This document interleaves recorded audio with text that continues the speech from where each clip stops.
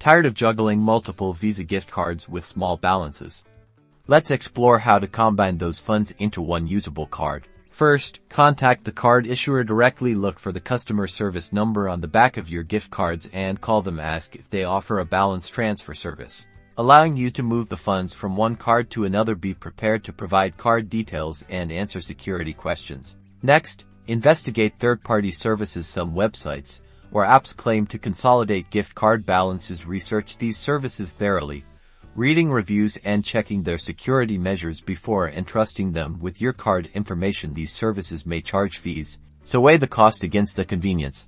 Another option is to spend down the balances. Use your gift cards for everyday purchases, both online and in store, until the balances are depleted. Combine them with other payment methods to cover larger purchases. Once a gift card is empty, you can discard it. Combining Visa gift cards takes a little effort, but consolidating your funds can simplify your spending and make the most of your gift card balances. Good luck. Don't forget to like and subscribe for more financial tips.